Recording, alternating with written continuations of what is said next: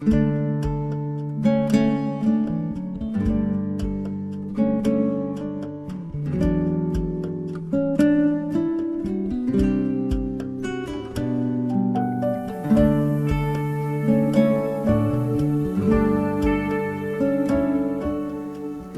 e paz, amada igreja, que alegria poder estar entrando aí na sua casa, nos habituando a esse novo normal, né? Quanto você já ouviu falar desse novo normal? Espero que você também já esteja habituado a gente tá aí, mas não tá, né? É engraçado, interessante esse novo normal, mas espero também chegar aí na sua casa, no seu lar, e encontrar alegria aí também. A alegria da gente estar se reunindo, mesmo que online, né? Mesmo que de uma maneira diferente, mas para cultuar, adorar, louvar o nome de Jesus, o nosso Senhor. E se os irmãos acompanharam semana passada o nosso culto, viu a presença maciça das crianças. As crianças fazendo a liturgia, fazendo a leitura bíblica, participando do culto com a gente. E essa semana vocês vão ver caras novas, né? Caras novas, antigas novas, né? As caras aqui dos presbíteros. Os presbíteros estarão aqui fazendo a liturgia, começando comigo, e outros presbíteros também vão estar, e você vai ter a oportunidade de rever-nos, e a gente vai ficar com aquele gostinho de até breve para rever você também. Então fique agora com a oração inicial do nosso presbítero Benaí.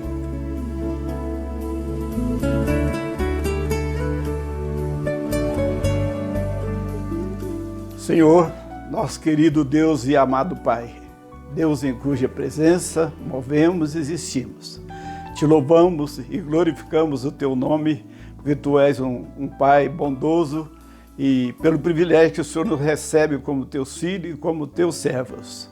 Obrigado por esse momento de louvor, adoração e glorificação ao Teu nome, por esse meio de comunicação que o Senhor nos permite usar.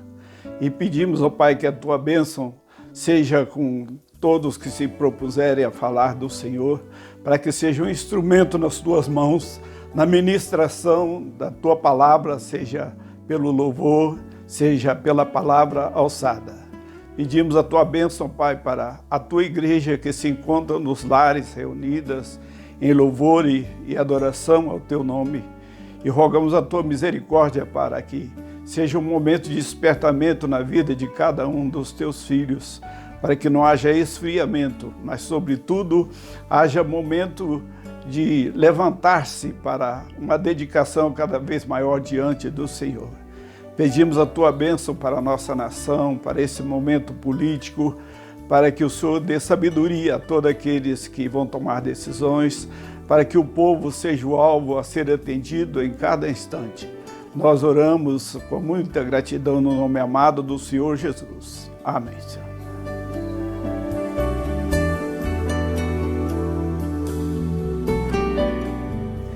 Bom, pessoal, também agora a parte dos avisos, você deve ter recebido durante a semana um comunicado do nosso pastor Luiz, a respeito da mobilização que o nosso governador aqui do estado do Paraná não assinaram ainda, mas foi uma mobilização para a tentativa de voltar os cultos religiosos nas igrejas.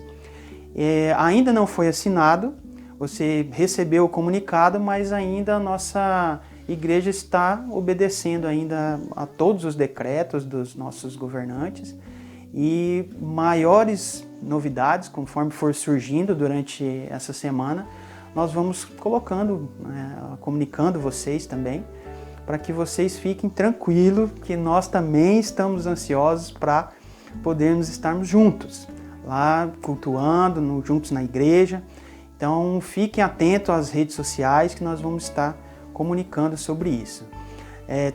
Foram muitas medidas e recomendações nessa menção, e para ser tomada isso muito rapidamente, a gente ainda requer mais estudo e requer aprovação também. Então ainda não tem nada aprovado, a partir da aprovação a gente vai deliberar sobre o assunto. Fique atento aí nas redes sociais que nós vamos falar.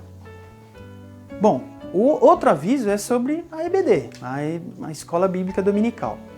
Nós tivemos hoje, pela manhã, se você já acompanhou, você já viu uma nova dinâmica, que eu vou explicar aqui como que foi e como que vai ser a partir dos próximos domingos. E você que não participou, é um convite para você estar participando com a gente nos canais, nas mídias sociais da igreja.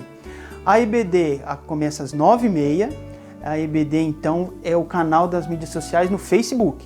9h30 você vai entrar numa live, né? Então você já está habituado, espero que já esteja, né? Habituado a esse novo normal. E lá no Facebook tem interatividade, você consegue enviar as perguntas, vai ter os debates. Então a escola bíblica normal é isso no Facebook das 9h30 até as 10h30. E a novidade que já aconteceu hoje é a EBD Kids. Então a EBD Kids aí é uma outra mídia social, é lá pelo YouTube. Ela começa pontualmente 10h30, que é a hora que acaba a EBD lá no Facebook. No Facebook vai das 9h30 até as 10h30.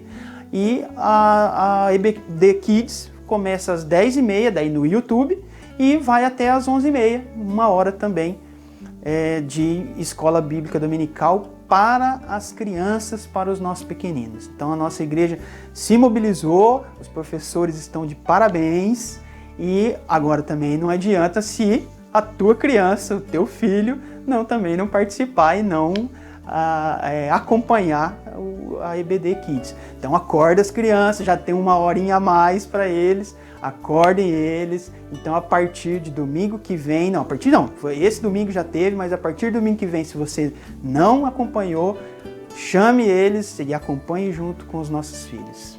Tudo bem? Esperamos você. E o último aviso vai ficar para o nosso irmão presbítero Tesoureiro Júnior. Ele que vai dar esse último aviso para você. Fica com o aviso dele aí. Graça e paz, meus irmãos. Estamos aqui falando nesse culto a respeito dessa pandemia que nós estamos vivendo no mundo todo e falamos sobre a manutenção da nossa igreja. A igreja ela tem um monte de compromissos assumidos que não consegue se parar de um dia para o outro. Então nós temos pastores, manutenção do culto, aluguéis, vários compromissos que não param de um mês para o outro. Então venho aqui me colocar à disposição de cada pessoa, de cada membro da nossa igreja que não usa aplicativo, que não usa sistema bancário de transação bancária eletrônica, que me coloca à disposição. Você estando aqui na região de Maringá, você pode ligar para mim no telefone 99972-8454 ou no meu telefone comercial 322-8454. Me coloca à disposição de retirar, de buscar o seu dízimo na tua casa. Pode fazer esse compromisso comigo que nós vamos estar resolvendo. Esse momento difícil que nós estamos passando agora, nós também nos colocamos à disposição de alguns irmãos que estão com dificuldade financeira, dificuldade de alimento. Também converse com a nossa junta diaconal. Nós temos amparado, temos ajudado algumas famílias e esse é um momento que, mesmo a gente tendo que receber, nós estamos doando também. Um momento importante que nós estamos vivendo na nossa igreja e no mundo. Tá? Então, mais uma vez, coloco à disposição de cada pessoa que precisar.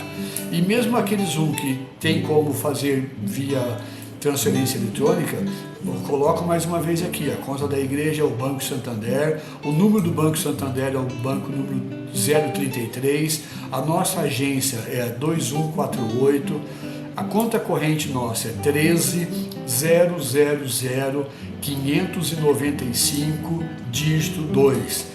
Quarta Igreja Presbiteriana de Maringá.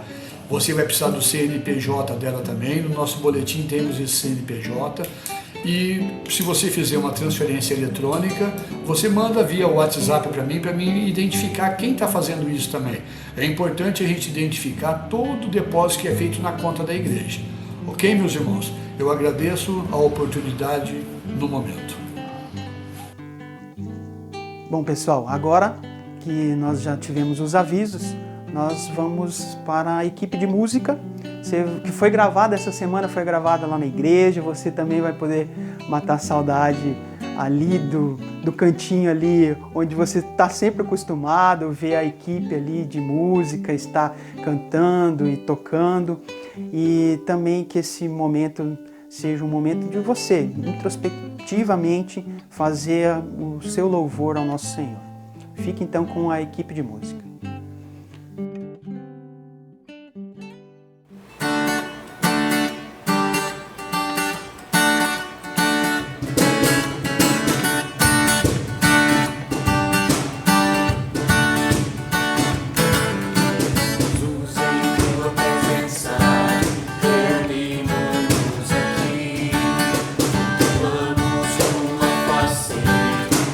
Rendemos a ti.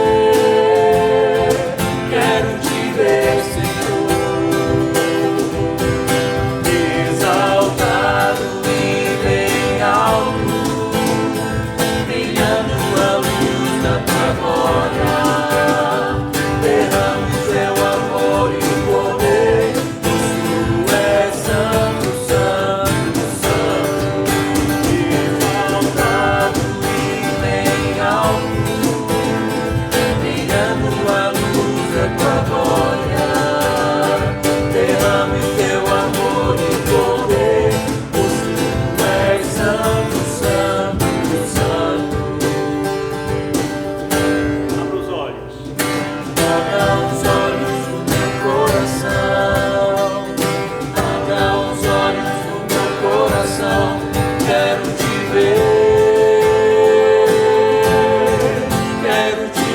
Senhor. Exaltado e bem alto, brilhando a luz da tua glória. Derrame teu amor e poder, tu és santo, santo, santo. Exaltado e bem alto, brilhando a luz da tua glória.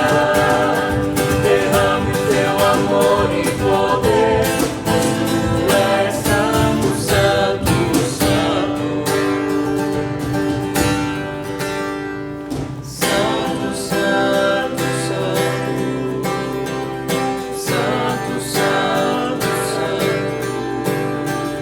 Santo, santo, santo. Quero te ver. Santo, santo, santo. Santo, santo, santo. Santo, santo, santo. Quero te ver. Santo, santo. Santo, santo, santo. Santo, santo, santo. Santo, santo, santo. Quero te ver. Eu quero te ver. Quero te ver. Eu quero te tocar. Eu quero te abraçar. Quero te ver. Quero te ver. Quero te ver. Eu quero te tocar. Eu quero te abraçar. Quero te ver. Quero te ver.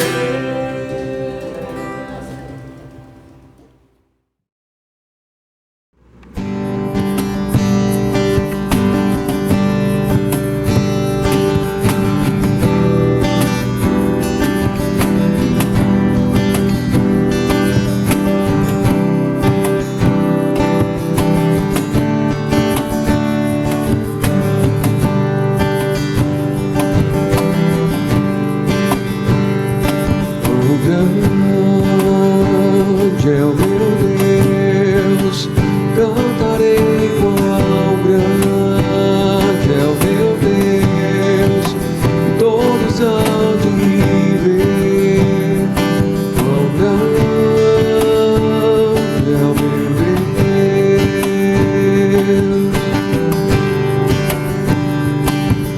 O esplendor de um rei, em majestade e luz, faz a terra se alegrar, faz a terra se alegrar. Ele é a própria luz, e as trevas vão fugir, tremer com sua voz, tremer com sua voz. Quão grande é o meu Deus, cantarei quão grande é o meu Deus, e todos hão de ver quão grande é o meu Deus. Por gerações ele é, o mundo está em tuas mãos, o começo e o fim, o começo e o fim. Deus se forma em um, Espírito e Pai, Cordeiro e Leão, Cordeiro e Leão. Quão grande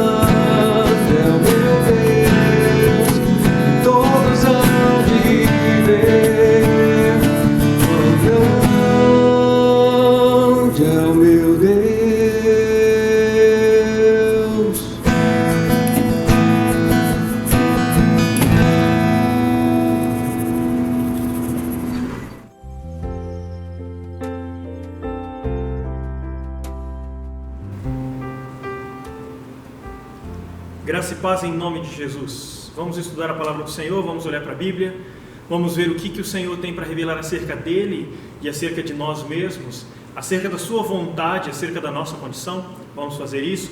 O texto que eu quero que você acompanhe comigo, que você leia comigo e sobre o qual eu quero conversar com você hoje é o texto de Mateus, no capítulo 13. Evangelho de Mateus, capítulo 13. Nós vamos ler os primeiros 23 versículos do Evangelho de Mateus, capítulo 13. Ok? Quero que você acompanhe comigo essa leitura. A leitura, de acordo com a minha versão, diz o seguinte: naquele mesmo dia, saindo Jesus de casa, assentou-se à beira-mar, e grandes multidões se reuniram perto dele, de modo que entrou num barco e se assentou, e toda a multidão estava em pé na praia.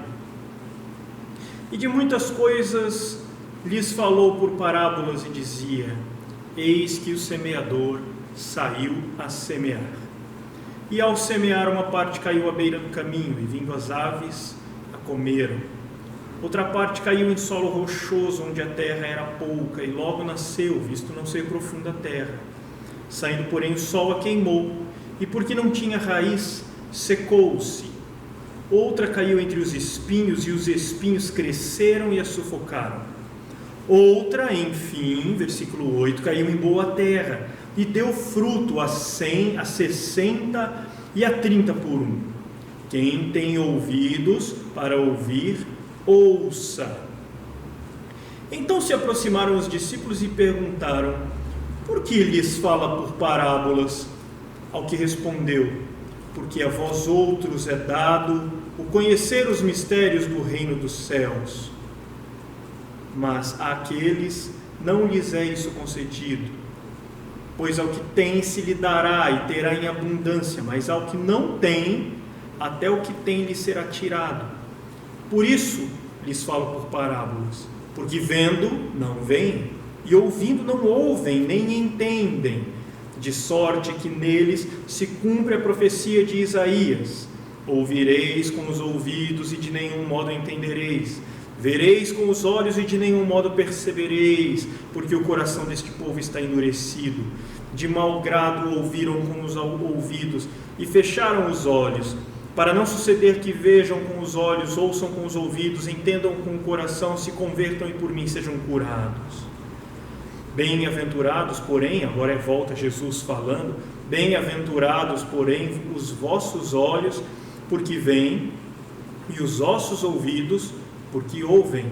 Pois em verdade vos digo que muitos profetas e justos desejaram ver o que vedes e não viram, e ouvir o que ouvis e não ouviram. Atendei vós, pois, a parábola do semeador. E agora ele entra a partir do versículo 19, explicando o que é essa parábola e o que ela significa. O versículo 19 diz: a todos os que ouvem a palavra do reino e não a compreendem, vem o maligno e arrebata o que lhes foi semeado no coração. Este é o que foi semeado à beira do caminho. O que foi semeado em solo rochoso, este é o que ouve a palavra e a recebe logo, com alegria, mas não tem raiz em si mesmo, sendo antes de pouca duração. Em lhe chegando a angústia ou a perseguição por causa da palavra, logo se escandaliza. O que foi semeado entre os espinhos é o que ouve a palavra, porém os cuidados no mundo e a fascinação das riquezas sufocam a palavra e ela fica infrutífera. E finaliza com o versículo 23, quando ele diz: mas o que foi semeado em boa terra é o que ouve a palavra e a compreende. Esse frutifica e produz a 100, a 60 e a 30 por um. O tema dessa nossa conversa de hoje não poderia ser outro senão semeados em boa terra. Você pode notar, quando você olha para esse versículo, para essa passagem, você pode notar que Jesus inaugura um novo estilo de conversa agora. Não sei se você já percebeu isso. Nós estamos conversando acerca do Evangelho de Mateus, caminhando nele, chegamos agora no capítulo 13. Se você tem nos acompanhado aí nesse último ano, então você já está ciente disso. Eu sei que nós demos umas escapadas, preguei no capítulo 15, preguei no capítulo 21, no capítulo 22, mas pontualmente, nós estamos caminhando cronologicamente, seguindo a sequência apresentada por Mateus, E acabamos de sair do capítulo 12, quando o próprio Senhor Jesus terminou de ser afrontado por algumas pessoas. O Senhor Jesus, ele estava falando acerca da ação de Deus pelo Espírito Santo, usando a vida de Cristo em salvar pessoas e expulsar demônios. E agora os fariseus, logo após ele expulsar demônios, os fariseus por uma segunda vez já tinham feito isso anteriormente no capítulo 10, capítulo 11, perdão, e agora fazem de novo no 12. Agora os fariseus viram para ele e falam: é pelo poder de Beelzebu que ele expulsa os demônios. Então, Cristo está enfrentando oposição. Ele iniciou seu ministério não faz muito tempo. Vamos recapitular? Vamos folhear rapidamente. O evangelista Mateus apresenta o ministério de Jesus se iniciando no capítulo 4. Nós estamos no 12, portanto não faz muito tempo que começou. Capítulo 4 é o início do ministério de Jesus, quando ele é tentado no deserto, é a abertura do capítulo 4, e quando ele volta do deserto, aí diz Mateus, dá início ao seu ministério. E ele prega sozinho no capítulo 4. Capítulos 5, 6 e 7 é o Sermão do Monte. No capítulo 4 ele já chama discípulos, mas ele começa pregando sozinho. Ele vai começar a chamar os seus discípulos a partir do versículo 17, ou melhor, a partir do versículo 18. Quando ele chega nos capítulos 5, 6 e 7, Sermão do Monte. Então são 3 capítulos inteiros que narram um acontecimento, que narram uma sequência de ensinamentos da parte do Senhor Jesus. Quando você chega no final do capítulo 7, encerra-se o Sermão do Monte, Jesus dá início a determinados milagres, a uma série de milagres sobrenaturais para testificar, como se estivesse confirmando, carimbando a veracidade e o poder daquelas palavras que ele tinha acabado de falar. Então o capítulo 8 dá início a uma série de milagres e curas. Quando dá-se capítulo 8 e capítulo 9, são esses momentos de milagres e curas entre a multidão. São 2 capítulos apenas de milagres, então dá a entender de que ele tinha acabado de finalizar o seu ministério do Sermão do Monte, tinha acabado de finalizar aquele momento de ensino, e agora ele vai chancelar, ele vai confirmar o momento de ensino com alguns sinais, mas de repente ele olha ao redor e vê que as multidões estão como ovelhas que não têm pastor. Esse é o final do capítulo 9. Ele percebe que as multidões estão como ovelhas que não têm pastor. Ele vira para os discípulos e ele diz: roguem ao Senhor da seara que envie trabalhadores para a sua seara, porque essa seara é enorme e os trabalhadores são poucos. Então termina o capítulo 9 com essa angústia de Jesus. Termina o capítulo 9 com Cristo olhando para os lados e percebendo a necessidade de pastoreio, a necessidade de que ovelhas sejam pastoreadas. E inicia o capítulo 10, então ele chama os seus discípulos, escolhe os 12 pelo nome e conversa ao longo de todo o capítulo 10 com eles. Por isso que eu disse que do capítulo 5 até o capítulo 10 passa tudo muito rápido. É início do ministério de Jesus. 5, 6 e 7 ele ensina, depois ele passa pouco tempo confirmando seus ensinos através de sinais miraculosos, e ele se vê no meio de um povo que carece de pastores. Então ele chama homens e os capacita e conversa com eles acerca de como vamos fazer, como vocês podem ser habilitados para pastorear esse povo. Esse é o capítulo 10, nos demoramos uns 3 ou 4 domingos no capítulo 10. Quando chega no capítulo 11, esses discípulos saem para pregar, obedecendo às ordens de Jesus. E agora no capítulo 11, Jesus volta-se para as cidades deles e prega nas cidades deles. Terminamos o capítulo 11 no domingo passado. No capítulo 12 nós já tínhamos falado dele. Quando chega no capítulo 12, ele começa a enfrentar a oposição. Justamente porque ele fez o bem, ele curou, ele expulsou demônios, e ele está pregando um ensino que vai contrário ao ensino dos fariseus, dos saduceus, dos sacerdotes e dos escribas.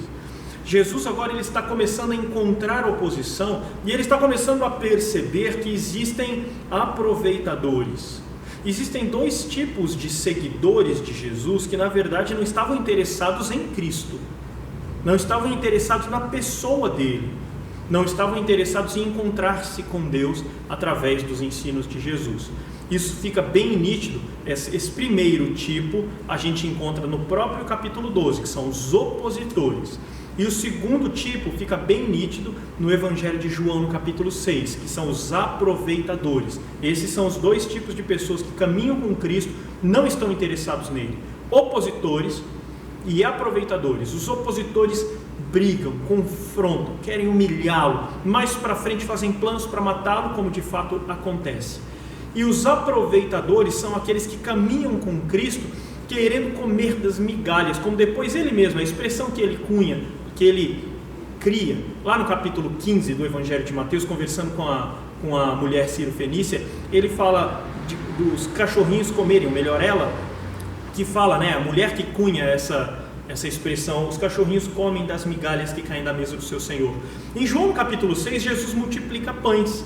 No dia seguinte a multidão corre para ele e ele dá uma reprimenda no pessoal. Ele repreende todo mundo. Ele está dizendo: eu sei por que vocês vêm atrás de mim, porque ontem vocês comeram e se fartaram.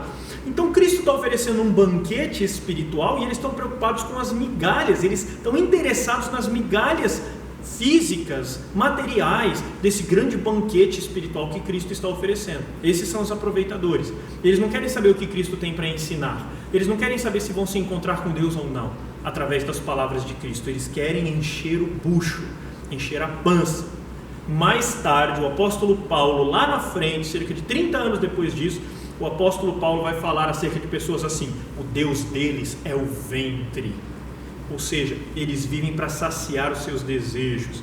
Então Cristo já convivia com esse pessoal.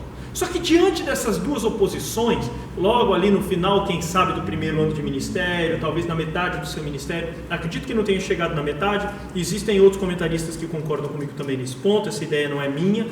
Então ele começa a se encontrar com muita oposição e ele cria um novo jeito de conversar e de ensinar. Parábola do semeador. Você está diante da primeira das parábolas, das grandes parábolas que abre o novo formato de ensino de Cristo a partir de agora. Então Cristo até então ele vem entregando informações, ele vem entregando o poder de Deus em forma de cura, em forma de milagres e em forma de ensinos. Mas agora esse poder de Deus vai vir embalado de uma outra forma. A partir do capítulo 13 ele começa a embalar de um outro jeito e começa a passar apenas para quem de direito. É como se ele estivesse dizendo assim para os fariseus, os saduceus, para os aproveitadores e para os confrontadores. É como se ele estivesse dizendo assim: já que vocês não querem, eu vou entregar só para quem se interessa, tá bom? Já que vocês não estão nem um pouco preocupados comigo, com o meu ensinamento, com a palavra de Deus, então eu vou conversar só com quem interessa. Vamos dar uma olhada em por que eu tiro essa ideia, por que eu tiro essa conclusão. Quando chega no versículo 9, ele termina a parábola dele e ele apresenta os diversos tipos de solo e a semente caindo em todos eles, e ele chega no versículo 9 e ele termina a parábola com uma frase que é clássica: quem tem ouvidos para ouvir, ouça. Ou seja, se você está habilitado a entender, tudo bem, então entenda e absorva os comentários e os ensinamentos dessa lição. Agora, se você é como aquele do primeiro solo, vai entrar por aqui, vai sair por ali, você não vai entender nada, não vai ser edificado, mas tudo bem, não foi para você. Não foi para você que eu falei. Pelo menos não foi para salvação, foi para condenação e juízo. Mas a partir do versículo 10, ele indaga, ele começa a conversar com os discípulos acerca dos entendimentos dos discípulos sobre essa parábola. E ele já começa brigando com os discípulos. Então se aproximaram os discípulos e perguntaram: por que você fala por parábola, Senhor? E aí Jesus respondeu: porque a vocês é dado o privilégio de compreender os mistérios do reino, mas para a maioria das pessoas não. E ao que, versículo 12: pois ao que tem se lhe dará e terá em abundância, ao que não tem, até aquilo que tem lhe será tirado. Por isso lhes falo por parábolas, porque vendo não veem, e ouvindo não ouvem, nem entendem. Opa! Vendo não veem, ouvindo não ouvem e nem entendem. Eu já vi isso em algum lugar. Você já viu também?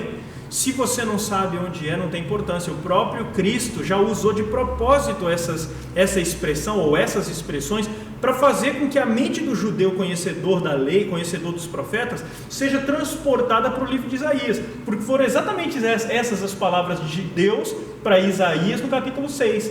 Sabe aquele texto lá? E no ano da morte do rei Uzias, eu vi o Senhor assentado no alto e sublime trono. Aquela história. E daí vem o serafim, ele se sente pecador, homem de lábios impuros, habita no meio de um povo de impuros lábios. Então voa um serafim, voa com uma brasa tirada do altar, encosta no lábio do profeta, e aí fala, beleza, agora você está perdoado, está purificado do seu pecado.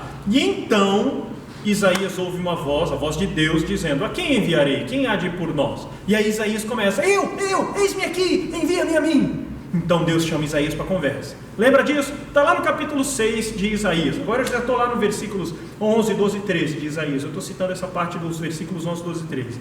Ele chega lá para Isaías e fala, Isaías, é o seguinte, você quer ir para pregar? Você quer ser por mim? Então tudo bem, vá. Você vai pregar para esse povo, mas esse povo não vai te ouvir. Aliás, você vai pregar para não ser ouvido. Você não vai pregar para que esse povo seja salvo. Você vai pregar para que esse povo seja condenado. Você vai pregar juízo sobre eles. Porque eles têm, e aí entra nessa expressão, eles têm olhos, mas eles não verão o que você está ensinando. Eles têm ouvidos, mas eles não ouvirão os seus ensinamentos.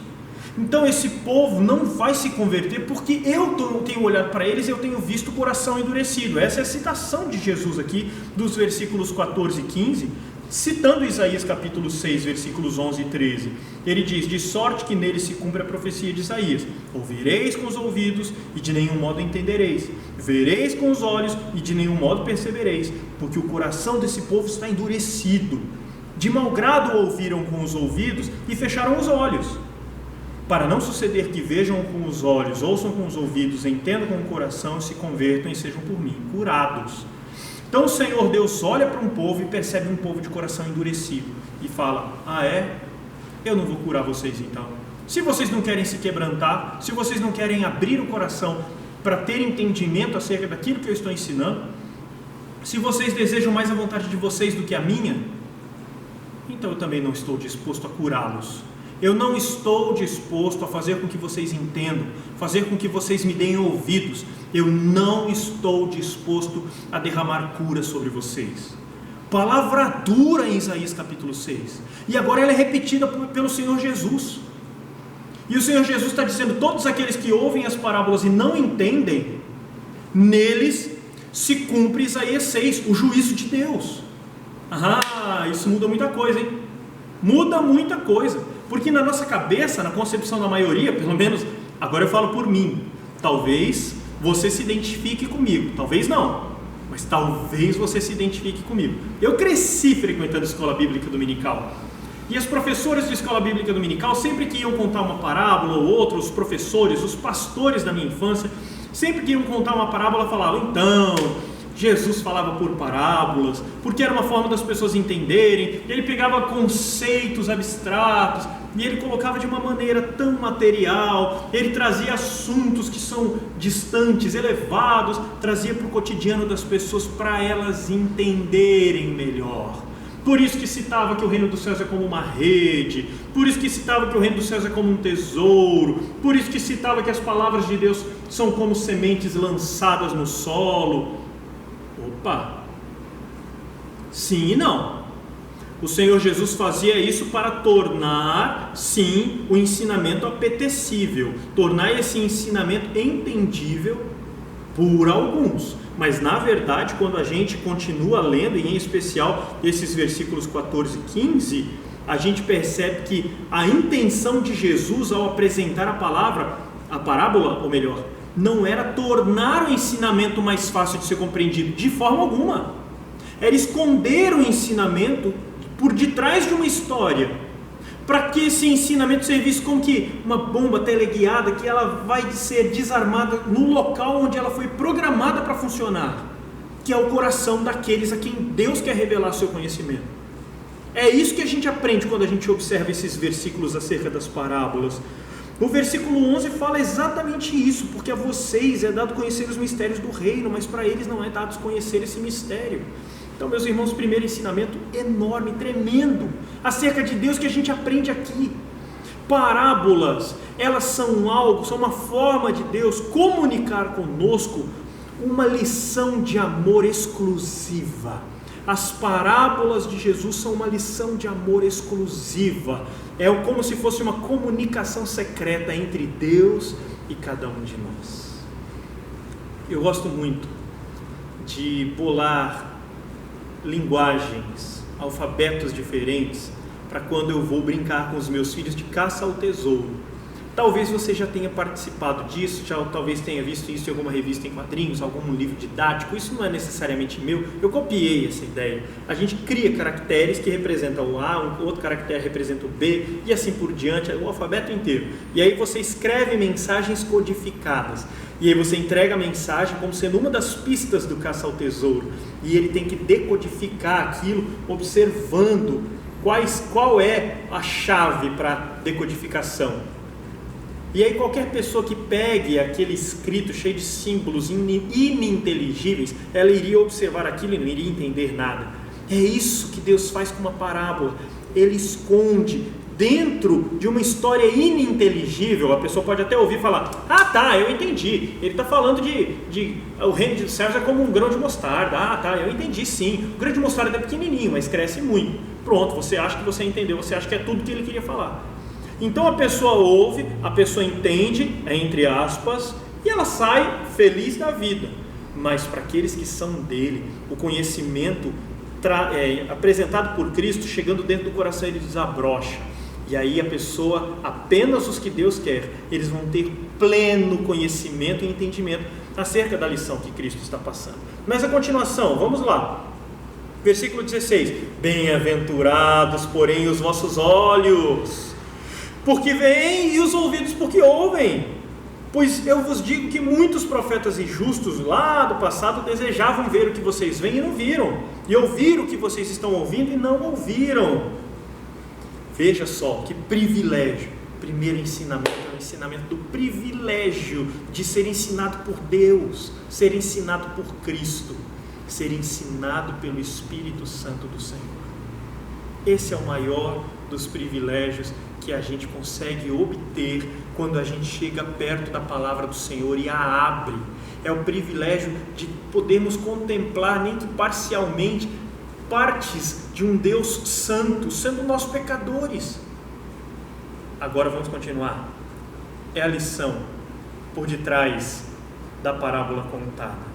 O Senhor Jesus chega para os discípulos e diz: o entendimento acerca dessa parábola é o seguinte: a todos os que ouvem a parábola e a compreendem, para alguns vem o maligno e arrebata o que foi semeado no coração. Aquele que foi semeado à beira do caminho é assim. E o que foi semeado em solo rochoso? É aquele que ouve a palavra e recebe com alegria, mas não tem raiz. Por isso é de pouca duração. Quando chega a angústia, a perseguição por causa da palavra, ele logo se escandaliza. Se escandaliza não no sentido de falar: que absurdo. Se escandaliza no sentido de falar: eu não quero mais isso. Abrir mão. Mais para frente nós vamos ver isso acontecendo com judeus que tinham se convertido para o cristianismo. A carta aos Hebreus, inclusive, lá no finalzinho do Novo Testamento, ela foi escrita para esse tipo de pessoa que tinha recebido a Cristo no seu coração e tinham abandonado o judaísmo e se tornado cristãos. Mas espera aí, o judaísmo no Império Romano era uma religião autorizada. Você podia ser judeu e não ia ter problema nenhum. Mas o cristianismo era uma religião proibida. Então, se você fosse cristão, você era perseguido. E por causa dessas perseguições e angústias, as pessoas que tinham saído do judaísmo e abraçado o cristianismo agora estavam considerando a possibilidade de voltar para o judaísmo.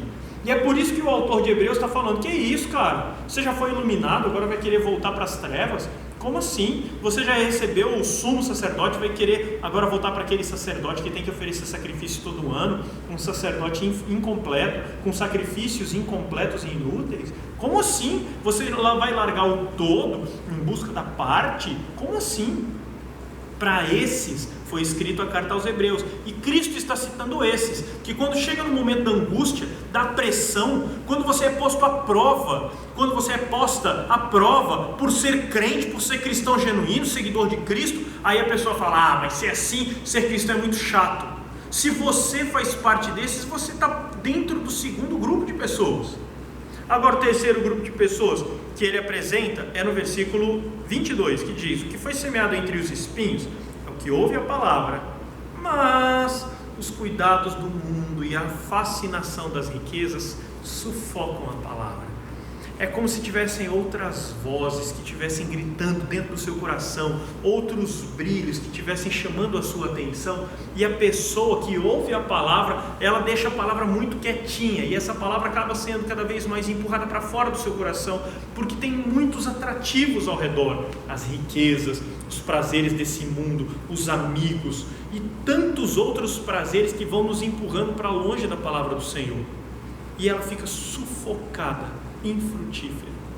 Agora note bem, nesses 3 casos, o semeador é o mesmo, e talvez você já tenha ouvido isso, não é novidade nenhuma isso que eu vou te falar, tá? O semeador é o mesmo, a semente é a mesma, o que muda é só o solo. Os solos, ou os corações onde essa palavra é semeada, que são diferentes, e nós gostamos muito de classificar as coisas, não é verdade? Tem, inclusive, lá no acampamento evangélico Manaim, lá em Mandaguaçu, é muito legal. E quando você chega, tem uma placa bem grandona, com um cavalinho de braços abertos. E daí tem lá, abraçômetro. Você chega perto e você tem marcas para ver se seu abraço é do tamanho P, M ou G. E aí é comum, você está passando e você vê pessoas que olham para aquilo e se interessam por ver e falar, peraí, deixa eu ver qual que é o meu tamanho de abraço. Então nós gostamos de nos classificar, nós gostamos de saber, peraí, como que eu sou? E se você de repente passar por um lugar que você tem várias escalas de altura, você de repente vai falar, peraí, deixa eu ver qual delas. Então, tá vendo como nós somos? Nós gostamos de saber, peraí, qual delas em qual desses casos em qual que eu vou caber, quais que eu consigo. A gente gosta de saber acerca disso, nós gostamos muito de nos classificarmos, de nos medirmos em relação aos demais. E o que Cristo está fazendo é criar categorias. E a proposta que Ele está fazendo para você, meu irmão, minha irmã, é para que você se classifique. Ele não classifica ninguém. Ele termina a parábola dizendo, quem tem ouvidos ouça. Ele não está falando, Ele está mandando você ouvir. Quem vai classificar é quem ouve, não é quem fala. Ele simplesmente cria as categorias e te apresenta e fala, e aí? Mas tem mais um, versículo 23, mas o que foi semeado em boa terra é o que ouve a palavra e a compreende. Está vendo? Está vendo como existe uma mensagem camuflada? E essa mensagem, quando ela chega no coração de alguém, ela tem o poder de brotar e fazer a pessoa, entendi. Aquele que ouve e compreende a mensagem, esse frutifica e produz a 100, a 60 e a 30 puro. Que beleza!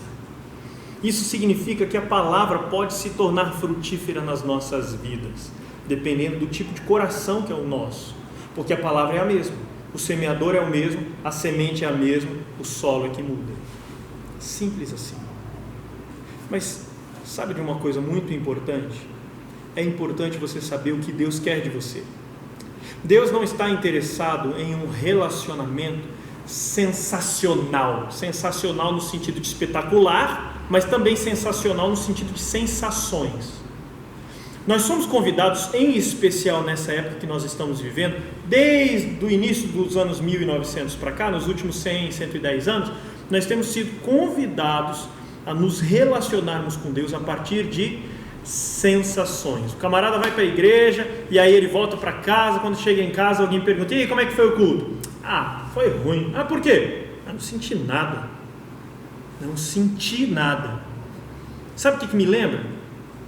Me lembra Naamã, o sírio, general da Síria, que chega para o profeta Eliseu, porque era leproso, e chega para que Eliseu o curasse. Eliseu dá a receita da cura. Rapaz, você vai morrer, eu estou te dando a receita da vida. A receita da vida é o seguinte, mergulhe 7 vezes no Rio Jordão. E Naamã sai bravo, pisando duro, fala, vamos embora para casa. E o pessoal fala, mas como assim?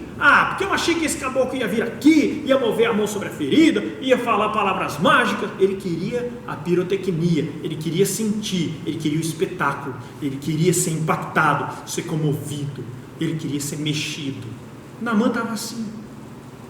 Que se não fosse pela sabedoria de um simples servo que estava ali do lado, um soldado, quem sabe até dos mais baixos, não sei, a Bíblia não fala, mas esse cara foi voz de Deus na vida de Naamã. E esse cara chega para Naamã e fala, general, Se o cara tivesse pedido um negócio difícil, isso eu não ia fazer? Ele pediu um negócio tão facinho, cara. Só mergulhar 7 vezes, lá vai lá, general. E na mão vai, mergulha 7 vezes, e na 7ª, pronto, levantou curado. Mas ele não queria qualquer cura. É claro que qualquer cura já seria melhor do que a condição que ele vivia. Mas antes de receber a cura, o problema dele era muito grande, mas ele não estava de olho apenas no problema. Ele queria a pirotecnia, ele queria o show, ele queria o espetáculo, as luzes, as sensações, os fogos de artifício. Muitas vezes a gente chega perto de Deus assim. Deus é grandioso. Deus é maior do que qualquer mente consegue captar. 1 Coríntios diz que nem olhos viram e nem ouvidos ouviram, e nem jamais penetrou no coração do ser humano o que está esperando por nós, que é encontrarmos com Deus. Não dá para a gente ver. Moisés chegou para Deus e falou: eu quero ver a sua glória. Deus falou: você está louco? Você está louco, Moisés? Você não sabe o que você está me pedindo. Vamos fazer o seguinte: você vai me ver de costas. E pôs a mão diante da rocha. Quando ele passou, tirou a mão, Moisés, entre aspas, viu Deus de costas. E quando ele desceu do monte, o seu rosto estava emitindo luz. O cara virou um vagalume, cara. Você tem ideia? Moisés viu a Deus de costas, e isso foi suficiente para mudar a condição orgânica do seu corpo. As suas células passaram a emitir luz, porque viu Deus de costas. E Deus promete que vai nos ver de frente, cara a cara. O apóstolo Paulo fala isso em 1 Coríntios capítulo 13. Agora vejo em partes, mas então veremos face a face. Renato Russo cantou isso. Agora vejo em parte, mas então veremos face a face. Isso mesmo, um dia veremos a Deus face a face. E nós não conseguimos imaginar o que é, mas Ele já começa a nos mostrar parte desse brilho por aqui. A gente pode se debruçar sobre esse livro, nós podemos nos deleitar com isso aqui e nos encontrarmos com esse Deus aqui. Hoje de manhã na Escola Bíblica Dominical, aliás, foi muito gostoso o nosso período de Escola Bíblica Dominical. Hoje de manhã você está percebendo que eu já estou na nossa igreja, na 4ª Igreja Presbiteriana de Maringá. A câmera está um pouco fechada em mim, um pouco o close um pouco fechado em mim, então talvez você não tenha percebido. Mas eu estou no templo, o ar-condicionado está ligado, ó. Está ouvindo? O ar-condicionado da igreja está ligado, as cadeiras estão amontoadas aqui. Nós estamos começando a voltar para casa já. Nós estamos começando a vir aqui. E hoje na Escola Bíblica Dominical, aliás, um abraço para o Thomas. O Thomas é um angolano, está nos assistindo lá de Angola, nos assistiu na Escola Bíblica Dominical e agora provavelmente está assistindo no culto à noite. Um abraço para você, Thomas. E um abraço para todos aqueles queridos e queridas que têm assistido os cultos e as escolas bíblicas dominical aqui da 4ª Igreja, tá bom? Hoje na Escola Bíblica Dominical nós falamos acerca de uma das características de Jesus, que era a sua divindade, mas ao mesmo tempo a sua humanidade. E quanto mais a gente vai descobrindo acerca de Jesus e acerca de Deus, quanto mais nós vemos o que diz a palavra do Senhor sobre Ele mesmo, mais nós nos deslumbramos com o tamanho desse amor maravilhoso que Ele tem por todos nós. Deus é grandioso e tremendo, e a palavra dele nos revela. Mas tem muita gente que está interessada em sentir e não em conhecer. João capítulo 8, versículo 32. E conhecereis a verdade. Não sentireis coisa alguma, mas conhecereis, e a verdade vos libertará. E quando você olha para o versículo 23 de Mateus 13, mas o que é semeado em boa terra é o que ouve a palavra e a compreende. A grande ênfase que Jesus está dando é em conhecer o que é revelado. A grande ênfase, o grande trunfo que Jesus está apresentando para todos nós, não é termos um contato, poder tocar na orla da veste dele, é em conhecê-lo. E quem faz isso não é ninguém mais além da palavra do Senhor. É pela palavra dele que nós podemos conhecer a Ele. Ele se revela a nós pela sua palavra. É quando nós nos debruçamos sobre essa palavra que essas cápsulas de conteúdo que estão escondidas por baixo da informação, elas se arrebentam dentro do nosso coração e nós passamos a ver o que não víamos. Olhos se abrem, ouvidos se destampam, nós passamos a ver o que não víamos e entender o que nós não entendíamos antes. O coração está pronto a partir de então. Quando você vai para o capítulo 16 de Atos, você vê o apóstolo Paulo e Silas pregando para uma mulher, pregando aliás para várias mulheres, e o texto do capítulo 16 diz: e o Senhor abriu o coração de Lídia, uma vendedora de púrpura, para que ela atendesse aquelas coisas que Paulo e Silas estavam dizendo. É o conhecer que faz com que os olhos se abram e a pessoa passe a enxergar. Os discípulos no caminho de Emaús, de acordo com o relato de Lucas, quando Cristo parte o pão, eles passam a reconhecer a Jesus. Eles veem o que eles não tinham visto, eles conheceram a revelação de Deus em Cristo. O apóstolo Paulo, logo depois que Ananias ora por ele se torna cego, ainda não era apóstolo, ele era Saulo, perseguidor dos cristãos. Deus aparece para ele numa luz e uma voz no caminho de Damasco, ele fica cego, caminha para dentro da cidade. Ananias, um crente muito fiel, Ananias é mandado para orar por Paulo, por Saulo, e aí diz: irmão Saulo, que você veja, escamas caem, ele passa a ver. Ele passa a ver não apenas com os olhos, mas com o coração. O que aconteceu nos olhos de Saulo naquele momento era o símbolo de algo que estava acontecendo no seu coração. O Deus a quem ele amava e queria servir, só que sem entendimento, como ele mesmo depois vai dizer mais para frente em Gálatas, o Deus a quem ele queria servir, agora deu a ele entendimento. O coração se abriu e ele passou a entender, começou a enxergar. Meu irmão e minha irmã, o meu desejo sincero é que você se preocupe em conhecer a Deus. Conhecer a Deus.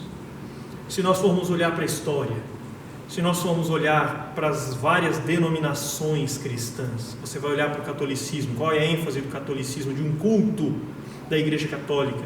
A ênfase do culto na Igreja Católica é o sacramento. Tanto é que toda missa tem Eucaristia. E o ponto central, o que está no centro do palco da Igreja Católica? É a mesa da Eucaristia. O púlpito fica deslocado. Se você for para a Igreja Batista, qual é a ênfase da teologia batista? A ênfase da Igreja Batista: vamos evangelizar o mundo, vamos pregar para as multidões. Se você for para a Igreja Adventista, qual é a ênfase? Guardar o sábado, cumprir os mandamentos do Senhor, se abster de determinados alimentos. Se você for para a Igreja as pentecostais, como a Assembleia de Deus, qual é a ênfase? É a manifestação do poder do Espírito Santo, do batismo do Espírito Santo, manifestado especialmente através do dom de línguas. Então cada igreja tem uma característica. Se você for olhar a igreja luterana, qual é a grande ênfase, a base em cima da qual ele constrói todos os seus argumentos? É a justificação pela fé, Romanos capítulo 1, versículo 17. E os de teologia reformada, os chamados calvinistas, qual é a ênfase de toda a pregação deles? Não que eles não considerem importante todos os outros. Todos esses pontos são importantes, a missa é importante, guardar os mandamentos, como por exemplo guardar o sábado, é importante, evangelizar é importante, se relacionar com Deus e buscar cada vez mais a Ele e o Espírito é importante, tudo isso é importante. Mas para os calvinistas, a ênfase é conhecer a Deus. Porque tudo muda quando as escamas caem dos seus olhos, quando o seu coração se abre para você entender a revelação de quem é Deus e o que Ele quer na sua vida. Conhecer a Deus muda tudo. E é por isso que o versículo 23 diz: ao que foi semeado em boa terra, ouve a palavra e compreende, esse dá fruto. Eu quero terminar fazendo essa proposta para você. Quer frutificar? Eu não estou falando frutificar na empresa, você fazer sua empresa render mais, não estou falando isso. Eu não estou falando que agora suas notas vão melhorar na escola, não é esse tipo de frutificação. Você quer frutificar para o reino, para Cristo, na sua vida pessoal? Você quer fazer com que o seu conhecimento de Deus, com que a sua evolução no seu cristianismo, seu nível de santificação, tudo isso seja aperfeiçoado? Você quer ser mais vaso na mão de Deus do que tem sido até hoje? A chave é o conhecer a Ele. A chave é dar ouvidos, entender o que Ele fala. Essa é a chave.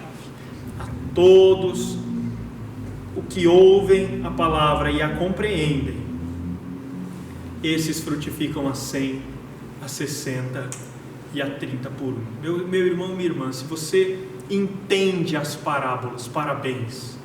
Seja agraciado, sinta-se agraciado e agraciada, porque você faz parte de uma minoria. Nós temos 4 tipos de sementes. Dessas 4, apenas uma corresponde àquele grupo pequeno dos que dão ouvidos à voz do pastor, do Supremo Pastor. Você faz parte desse grupo. Se você não compreende apenas com a mente, se você compreende com o coração, você faz parte desse grupo. E aos outros, eu digo o seguinte: Jesus, nos versículos 14 e 15 desse nosso texto, está citando Isaías, e ele diz que é por causa da dureza do coração desse povo que Deus abriu mão de os curar. Se você não faz parte do povo salvo, redimido pela cruz, salvo pela graça ainda, deixa eu dizer uma coisa para você, meu irmão e minha irmã, e eu finalizo com isso. Pode ser que a dureza do seu coração, pode ser que essa obstinação sua em não dar ouvidos ao Senhor produza cada vez mais distanciamento entre você e Ele. E aí eu já citei Hebreus no começo, eu vou citar agora para terminar. Na verdade não é nem Hebreus, o autor de Hebreus ele está citando Salmos quando ele fala isso por 2 vezes no livro de Hebreus. Ele diz: se hoje ouvires a voz do Senhor, não endureçais o vosso coração. Meu irmão, minha irmã, se você está ouvindo a voz do Senhor nesse momento falando com você, não endureça o seu coração, porque Deus se recusa a trabalhar com pessoas que obstinadamente decidem se afastar dele e fazer a sua própria vontade ao invés de fazer a vontade dele. Se você está contado entre esses, você é solo rochoso, você é beira do caminho, ou você é solo com espinhos. Agora, se você o ouve e o conhece e busca conhecê-lo cada vez mais, então você é daqueles que frutificam a 100, a 60 e a 30 por 1. Eu desejo que todos os que me ouvem estejam contados entre esses, apesar de que eu acredito que talvez não seja assim, infelizmente. Mas esse é o desejo do meu coração, Eu desejo isso. O que eu posso fazer? Eu desejo que vocês todos façam parte desse último grupo, do 4º grupo dos solos. Que Deus abençoe sua vida, que Deus abençoe sua semana. Eu espero que nós possamos nos encontrar mais vezes aqui, por esse canal do YouTube, pelo Facebook, seguindo a 4ª Igreja Presbiteriana de Maringá, e em breve, se Deus quiser, aqui onde eu estou, e você não, aqui onde eu estou, que é o do templo, no templo da 4ª Igreja Presbiteriana de Maringá. Deixa eu orar com você. Aliás, eu não orei hoje no comecinho, O seu Benaí orou no começo do culto, e eu não orei no começo dessa mensagem, me perdoe por isso. Vamos orar agora, vamos encerrar. Eu quero impetrar a bênção, abençoar a sua vida. Feche seus olhos.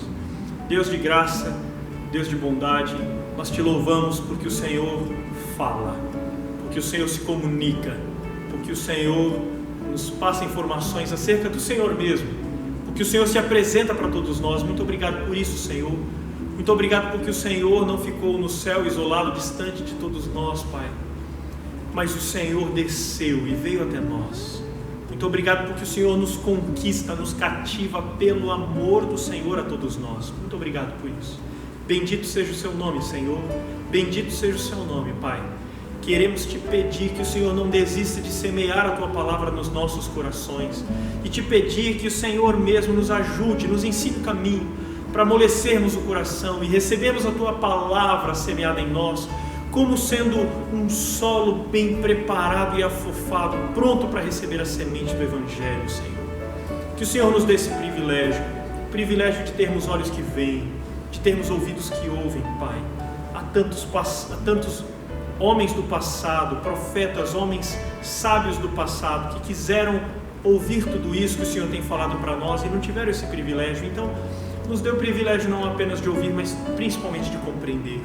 Tenha misericórdia de nós, Pai. Tenha misericórdia de cada um dos nossos espectadores, de cada um dos nossos ouvintes. Que o Senhor os guarde, os preserve do mal e os instrua pela palavra do Senhor. E aquilo que sempre pedimos, Pai, que dia após dia o Senhor nos abra os olhos para que possamos compreender as maravilhas, Senhor, que estão ocultas aqui no Teu livro da lei. Faça conforme a Tua vontade. Faça conforme a Tua vontade nas nossas vidas, para a Tua honra e Tua glória, em nome de Jesus e com o perdão dos nossos pecados. E que a graça do nosso Senhor e Salvador Jesus Cristo, o amor de Deus, o eterno Pai, a comunhão, o poder e as consolações do Espírito sejam com todo o povo de Deus, desde agora até o dia que Ele volte para nos buscar ou nos chame para si. Amém e amém. Deus abençoe, mais uma vez obrigado. Eu espero te encontrar em breve, pessoalmente de preferência, mas se não der, pelo menos aqui pela internet, ok? Um abraço, boa semana e até a próxima.